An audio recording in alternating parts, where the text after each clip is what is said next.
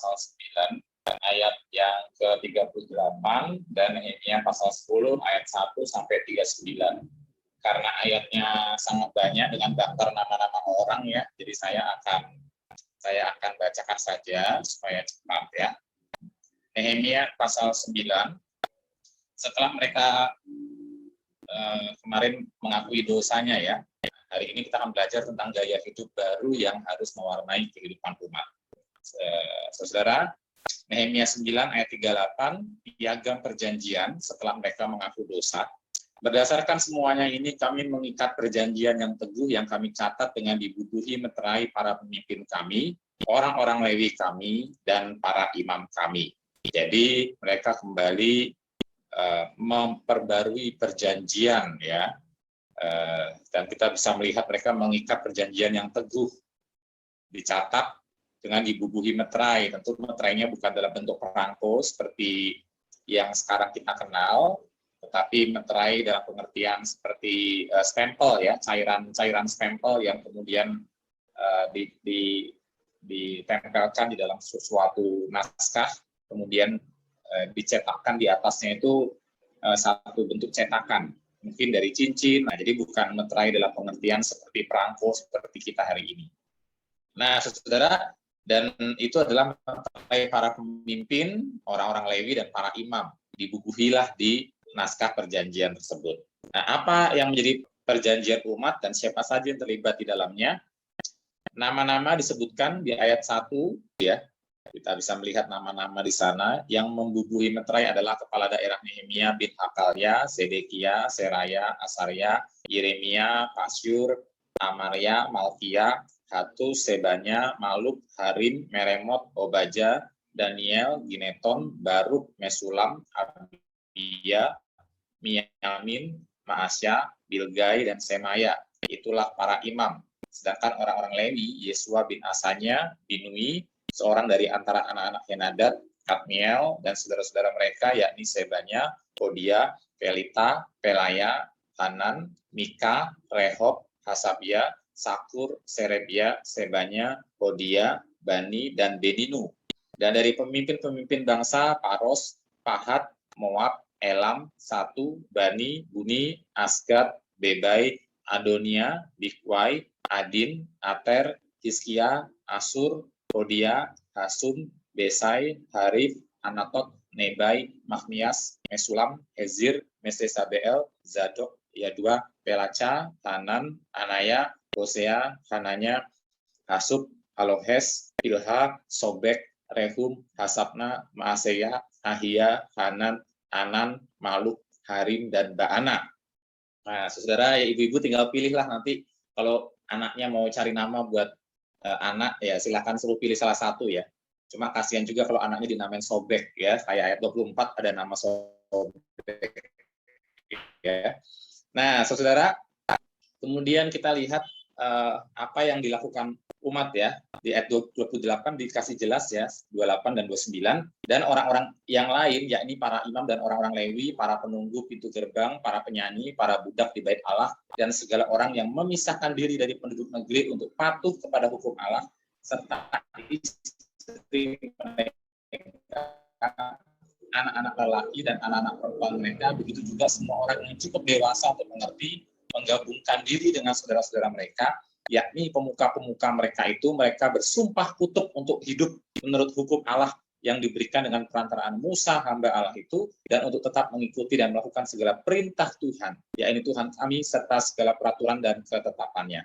Akhirnya setelah sekian lama mereka hidup dalam pembuangan, saudara, mereka selama ini di pembuangan tidak bisa lagi beribadah kepada Allah, seperti yang dulu dilakukan di zaman Musa, tetapi kini sekarang mereka sudah kembali ke tanah perjanjian, sudah membangun tembok-tembok ibadatan seperti di zaman Musa dapat kembali dilakukan, dilaksanakan, dan mereka berkomitmen untuk melakukan perintah-perintah Allah dan segala ketetapannya. Dan di sini mengatakan ada sumpah kutuk, artinya sumpah hidup dan mati ya.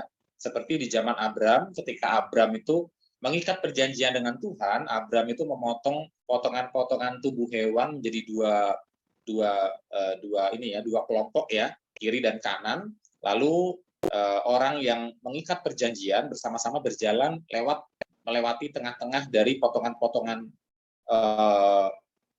tubuh hewan yang dipotong tersebut, menandakan bahwa kalau ada di antara kita yang mengkhianati perjanjian atau mengkhianati covenant, maka nasib kita akan sama seperti potongan-potongan tubuh hewan ini yang sekarang ini kita lewati. Nah, pada zaman Abraham akhirnya yang melewati potongan-potongan itu hanya Tuhan sendiri, ya. Abraham yang ketiduran, begitu ya. Nah, saudara, jadi kita melihat di zaman Abraham, Allah yang mengatakan bahwa akulah yang akan menggenapi janjiku. Tapi kali ini setelah umat kembali dari pembuangan, mereka bersumpah kutuk. Artinya mereka juga sadar bahwa mereka kalau melanggar perjanjian lagi, seperti yang dilakukan nenek moyang mereka, maka mereka juga akan mengalami kutuk atau hukuman seperti hal yang pernah terjadi dulu ketika mereka dibuang ke Babilonia. Nah, saudara, jadi mereka komitmen untuk hidup baru, hidup menurut hukum Allah dengan yang diberikan dengan perantaraan Musa. Jadi mereka komitmen untuk melakukan lagi hukum-hukum Musa, hidup baru, dan mengikuti dan melakukan segala perintah Tuhan seperti yang diturunkan kepada Musa. Nah, jadi saudara, setelah pengakuan dosa yang minggu lalu kita pelajari, kini mereka kembali memperbaharui perjanjian dengan Tuhan, mereka bersumpah kutuk dan komit untuk melakukan gaya hidup baru. Nah, itulah fokus kita hari ini, saudara, bagaimana umat itu mempraktekkan gaya hidup yang baru. Gaya hidup yang baru bisa dilihat dari ayat 30 sampai dengan ayat 39. Ada 4 gaya hidup yang mereka perbaharui di hadapan Tuhan, saudara, dan saya akan coba share screen ya. 4 hal itu apa saja? Ayat 30, gaya hidup baru yang pertama adalah masalah perkawinan campur. Kami tidak akan memberikan anak-anak perempuan kami untuk dikawini ya oleh penduduk negeri yang sudah dari berbagai-bagai suku bangsa ini, dan mengambil anak-anak perempuan orang-orang dari berbagai suku bangsa itu bagi anak lelaki kami. Intinya mereka tidak ingin mempraktekkan perkawinan campur. Dan itu juga ditekankan oleh Maleakhi, itu juga ditekankan oleh Esra, dan hari ini juga dalam bacaan kita oleh Nehemia. Ya. Nah, saudara, tetapi tentu kita harus hati-hati, gaya hidup baru itu yang menjadi prinsipnya. Bukan letterless kita mau praktekkan apa yang di dalam Nehemia 10 ini. Karena kalau benar-benar dipraktekkan letterless, berarti ya saya dengan Bu Lili itu berdosa besar karena kami kawin campur ya, beda suku. Berarti Budia dan Pak Iyer itu dosa besar karena kawin campur beda suku. Berarti Bu Weli dengan Pak Purba pun berdosa besar karena kawin campur ya, beda suku. Nah, perlu perhatikan bahwa ini tidak boleh ditafsirkan letterless bahwa kita kemudian tidak boleh kawin campur dalam pengertian beda suku. Karena konteksnya adalah pada zaman itu setiap suku bangsa itu mempunyai ilahnya sendiri. Setiap suku bangsa itu mempunyai dewanya sendiri. Sehingga kalau pernikahan campur itu berarti pernikahan antar dewa. Kita mempersekutukan Allah dengan dewa-dewa kafir. Kita mempersekutukan Tuhan kita dengan dewa-dewa kafir. Itu sebabnya mereka dilarang kawin campur. Karena dengan perkawinan campur itu, kita yang beriman kepada Tuhan pasti akan beralih untuk juga menyembah Allah-Allah lain. Sedangkan Allah adalah satu-satunya Allah yang esa, Tuhan pencipta langit dan bumi, tidak bisa dipersekutukan dengan apapun. Nah, karena itu umat dilarang kawin campur, dan mereka komit gaya hidup barunya tidak akan membiarkan terjadinya pernikahan campur antar suku bangsa. Karena apa? Karena pernikahan antar suku bangsa berarti pernikahan antar dewa, antar Tuhan, antar mempersekutukan Tuhan dengan yang lain. Nah, itu yang dilarang. Nah, tentu prinsipnya sekarang yang kita tarik ya, bukan berarti kita tidak boleh menikah beda suku, tetapi maksudnya adalah tentu kita maksudnya harus menjaga kemurnian iman kita dengan tetap kita itu menjauhkan diri dari kecemaran dunia ini. Itu prinsipnya, menjauhkan diri dari kecemaran dunia ini agar tidak ada ilah lain yang kita sembah selain Allah. Ya, prakteknya tentunya bukan berarti kita tidak boleh beda suku, tetapi minimal ya dalam perkawinan anak-anak kita harus menjaga supaya mereka tetap mempertuhankan Tuhan. Artinya menolong mereka bisa mendapatkan pasangan yang seiman ya. Jadi yang dipersoalkan adalah masalah keimanannya, bukan masalah beda sukunya ya. Jadi kita minta, kita ingatkan anak-anak kita untuk mereka menikah dengan yang seiman, bukan dengan orang-orang yang akan membuat akhirnya Allah ditinggalkan atau Allah itu dicampur adukan dengan Allah yang lain. Begitu ya. Nah, jadi jauhkan diri dari kecemaran dunia ini. Itu prinsipnya, ya, prinsip perjanjian barunya. Nah, kemudian hari Sabat itu juga mereka ikrarkan kembali untuk mereka mempraktekkan kembali hari Sabat dan praktek-praktek Sabat, ya, tahun Sabat. Ayat 31, dan bila mana penduduk negeri membawa barang-barang dan berbagai-bagai gandum untuk dijual pada hari Sabat, kami tidak akan membelinya daripada mereka pada hari Sabat atau pada hari yang kudus, dan kami akan membiarkan begitu saja hasil tanah pada tahun yang ketujuh atau tahun Sabat, dan tidak akan menagih sesuatu hutang. Artinya hari Sabat dan tahun Sabat akan dipraktekkan kembali. Nah, saudara, tapi ini baru kata akan. Nah, ingat saudara, ada sebuah pola yang indah di dalam Alkitab kita. Perjanjian Lama itu mengajarkan bekerja dari hari pertama, istirahat hari ketujuh. Jadi bekerja dulu, dan nanti ada peristirahatan di hari ketujuh, itu hari Sabat, hari Sabtu, begitu ya. Itu baru kemudian beristirahat. Nah, tapi di perjanjian baru kita tahu Sabat atau istirahat sejati kita temukan dalam Kristus. Kristus yang menggenapi hukum hari Sabat ini. Sehingga ketika Kristus datang, Kristus menjadi tempat peristirahatan kita yang sejati. Dan sekarang polanya kebalik. Kita yang beristirahat dalam Kristus, sekarang kita bekerja bagi Kristus. Nah, jadi polanya kebalik ya. Karena berpusat pada Kristus. Kristus adalah pusat iman kita, dan dia bangkit hari Minggu, dan umat di perjanjian baru selalu berkumpul di hari pertama Minggu itu, dan itu menunjuk pada hari Minggu, begitu ya. Maka sekarang Sabatnya orang Kristen bukan lagi Sabtu, tapi Minggu, ya. Karena beristirahat di dalam satu pribadi yang namanya Kristus. Nah, dan setelah hari Minggu, baru kita bekerja. Lihat polanya Bapak Ibu ya, kebalikannya ya. Kalau dulu bekerja dulu demi mengharapkan adanya Sabat di hari ketujuh, sekarang kita istirahat dulu, ya, di dalam Kristus kita beristirahat, baru kemudian kita bekerja. Ya, dan kerja kita itu sebagai ucapan syukur karena kita sudah beristirahat di hari Minggu. Karena kita sudah beristirahat di dalam Kristus. Nah, jadi perbedaannya saudara, di zaman umat Nehemia, di zaman perjanjian lama, Sabat itu berpusat pada hari. Sedangkan kalau di perjanjian baru, Sabat itu berpusat pada pribadi, namanya Kristus. Makanya kita tidak bisa leperleks kemudian melaksanakan di hari Sabtu, seperti orang Advent. Tapi sekarang kita memusatkan Sabat kita adalah pada Kristus. Dan bukan hari Sabtu, bukan hari ketujuh, tapi hari pertama. Dan menjadi dasar untuk kita mengawali perjalanan hidup kita 6 hari ke depan. Ya, kita diselamatkan untuk berbuat baik. Keselamatan digambarkan adalah Sabat di hari Minggu, kita mengalami keselamatan di dalam Kristus, dan keselamatan itu kita jadikan dasar untuk kita melakukan pekerjaan baik. Kapan pekerjaan baiknya? Hari Senin, Selasa, Rabu, Kamis, Jumat, Sabtu.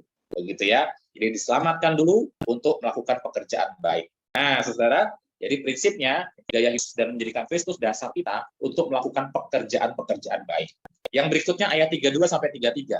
Pula kami mewajibkan diri untuk memberi tiap tahun sepertiga shikal untuk ibadah di rumah Allah kami, yakni untuk roti sajian, untuk korban sajian yang tetap, untuk korban bakaran yang tetap, untuk hari-hari Sabat, bulan-bulan baru, dan masa raya yang tetap, untuk persembahan-persembahan kudus dan korban-korban penghapus dosa, untuk mengadakan pendamaian bagi orang Israel, serta segala pekerjaan di rumah Allah kami. Jadi ada kewajiban memberi setiap tahun itu sepertiga shikal. Nah, saudara, tentu pajak bait suci juga tidak mungkin kita praktekkan secara harafiah, karena pertama, bait suci tidak sama dengan gedung gereja.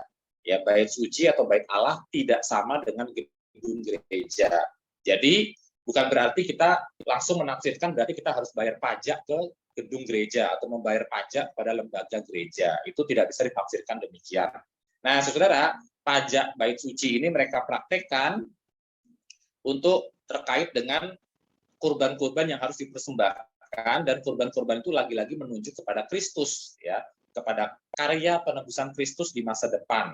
Nah, saudara, dan bait suci di perjanjian baru bukan di padang dengan gereja, tapi bait suci itu menunjuk kepada, baru dikatakan tubuhmu adalah bait suci, tubuhmu adalah bait Allah. Jadi di perjanjian baru yang disebut bait Allah itu bukan gedung gereja, tapi di perjanjian baru yang disebut bait Allah itu adalah Bu Weli, ya, Bu Derti, Pak Cahyo, Bu Diah, itulah bait Allah begitu. Apakah itu berarti saya harus bayar pajak ke Bu Derti? Apakah berarti saya harus bayar pajak ke Bu Weli? Kan enggak, begitu ya. Jadi ini menunjukkan sebuah gaya hidup baru bahwa kita ingin beribadah kepada Tuhan yang lagi-lagi berpusat pada Kristus, ya, berpusat pada Kristus. Karena pajak itu di perjanjian lama diberikan untuk memungkinkan adanya kurban-kurban bakaran dan sebagainya yang menunjuk kepada Kristus, menjadi gambaran kepada Kristus. Jadi persembahan pajak bait suci adalah persembahan untuk kemudian kita hidup berpusat pada Kristus. Itu kalau dalam konteks perjanjian barunya, ya. Kemudian yang ayat 34 sampai 39, pula dengan membuang undi kami, yakni para imam, orang-orang Lewi dan kaum awam, menetapkan suatu cara untuk menyediakan kayu api. Kayu itu harus dibawa ke rumah Allah kami secara bergilir oleh kaum-kaum keluarga kami pada waktu-waktu tertentu setiap tahun, supaya di atas mezbah Tuhan Allah kami ada api yang menyala seperti tertulis dalam kitab Taurat. Lagi pula setiap tahun kami akan membawa ke rumah Tuhan hasil yang pertama dari tanah kami, tanah negeri Israel, ya, dan buah sulung segala pohon dari pohon di negeri Israel. Pun kami akan membawa ke rumah Allah kami, yaitu kepada para imam yang menyelenggarakan kebaktian di rumah Allah kami, anak-anak sulung kami, dan anak-anak sulung ternak kami seperti tertulis dalam kitab Taurat, juga anak-anak sulung lembu kami dan kambing domba kami, dan tepung jelai kami yang mula-mula, dan persembahan-persembahan khusus kami, dan buah segala pohon, dan anggur dan minyak akan kami bawa kepada para imam, ke bilik-bilik rumah Allah kami, dan kepada orang-orang Lewi akan kami bawa persembahan persepuluhan dari tanah kami, karena orang-orang Lewi inilah yang memungut persembahan-persembahan persepuluhan di segala kota pertanian kami. Seorang imam anak Harun akan menyertai orang-orang Lewi itu bila mereka memungut persembahan persepuluhan, dan orang-orang Lewi itu akan membawa persembahan persepuluhan daripada persembahan persepuluhan itu ke rumah Allah kami, ke bilik-bilik rumah perbendaraan, karena orang Israel dan orang Lewi harus membawa persembahan khusus daripada gandum, anggur, dan minyak ke bilik-bilik itu. Di situ ada perkakas-perkakas tempat kudus, pula para imam yang menyelenggarakan kebaktian, para penunggu pintu gerbang, dan para penyanyi. Kami tidak akan membiarkan rumah Allah kami. Saudara, apakah berarti kita harus membawa hasil bumi seperti yang letterless kita baca di surat Nehemia 10 ini? Nah, saudara, hati-hati kalau kita menafsirkan perjanjian lama berbagai macam persembahan, lalu kita menafsirkan benar-benar hasil bumi harus kita bawa sebagai persembahan-persembahan kita.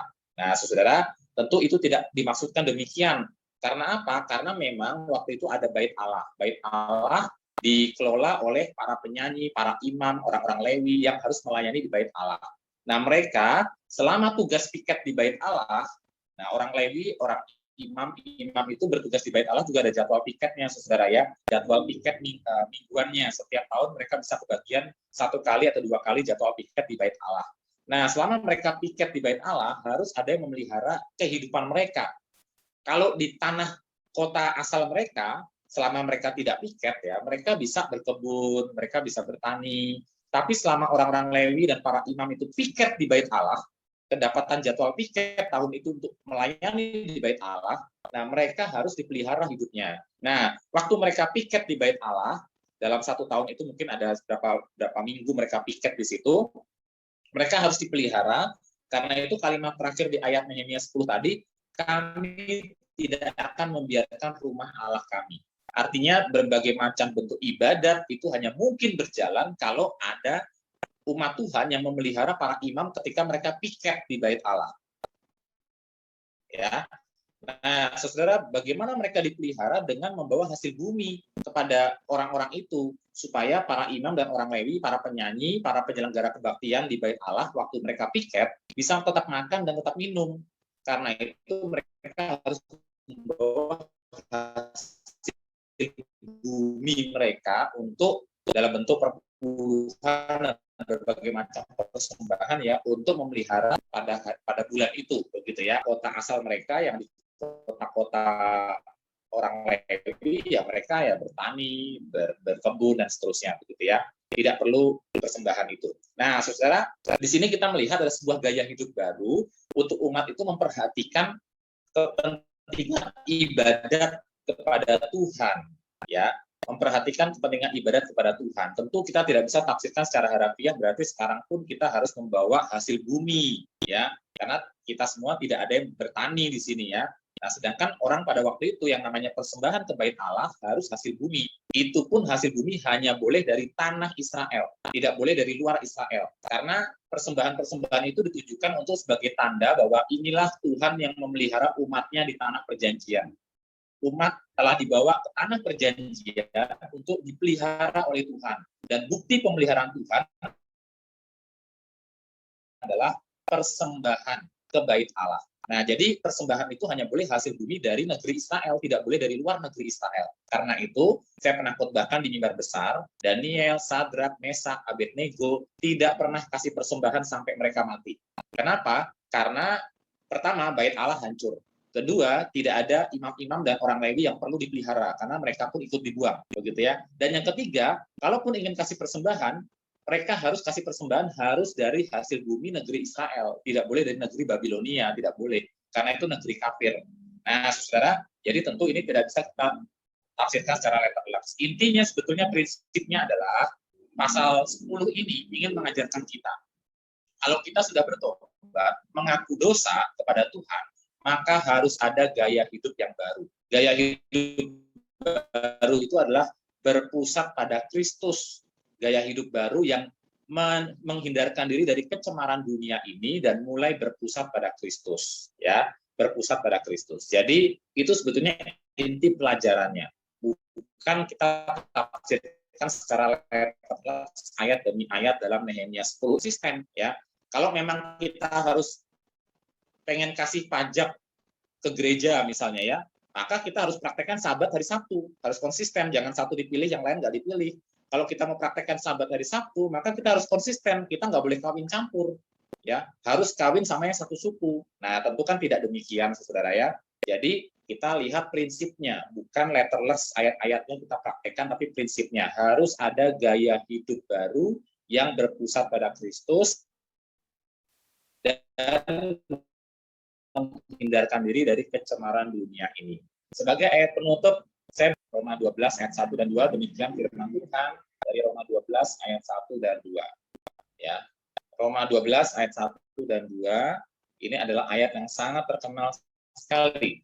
Karena itu, saudara, demi kemurahan Allah, aku menasihatkan kamu supaya kamu mempersembahkan tubuhmu sebagai persembahan yang hidup, yang kudus, yang berkenan kepada Allah. Itu adalah ibadahmu yang sejati. Janganlah kamu menjadi serupa dengan dunia ini, tetapi berubahlah oleh pembaruan budimu, sehingga kamu dapat membedakan manakah kehendak Allah, apa yang baik, yang berkenan Allah kepada Allah, dan yang sempurna. Jadi, saudara, mari kita beribadah mempersembahkan tubuh kita sebagai persembahan yang sejati, ibadah yang sejati, ibadah yang reasonable, dan menjauhkan diri dari kecemaran dunia ini, tidak menjadi serupa dengan dunia ini. Itulah inti dari Nehemia pasal yang ke-10. Mari saudara kita praktekkan ini. Kalau kita memang sudah bertobat, mengaku dosa, seperti yang minggu lalu kita pelajari, maka harus diiringi dengan gaya hidup yang baru, yang berpusat pada Kristus, dan yang menghindarkan diri dari kecemaran dunia ini. Nama Tuhan dipermuliakan.